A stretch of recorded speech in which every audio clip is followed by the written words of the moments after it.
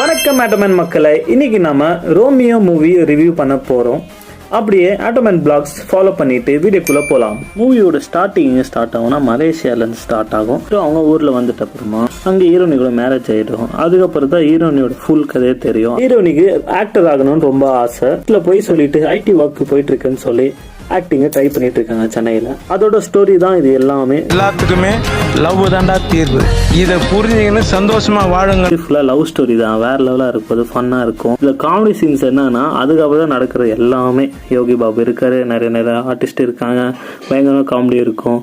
இன்ட்ரோலுக்கு முன்னாடி ஃபுல்லாவே சிரிச்சுட்டே இருப்போம். டிமசியான லவ் ஸ்டோரி சார். கல்யாணத்துக்கு அப்புறம் இன்ட்ரோலுக்கு அப்புறமே லவ் ஸ்டோரி, இமோஷனல் சீன் நிறையவே இருக்கும். அதெல்லாம் செம்ம ஒர்க் அவுட் ஆயிருந்தது. ஆனா வேற லெவலா இருந்துச்சு. இமோஷனல் சீன் இருந்தாலும் சரி. மெயினா என்னன்னா தங்கச்சியோட பாசம், ஓகே, அது பயங்கரமா கனெக்ட் ஆயிருந்துச்சு. பயங்கரமா இமோஷனலாவே இருந்துச்சு. அது எனக்கு ரொம்ப பிடிச்சிருந்துச்சு.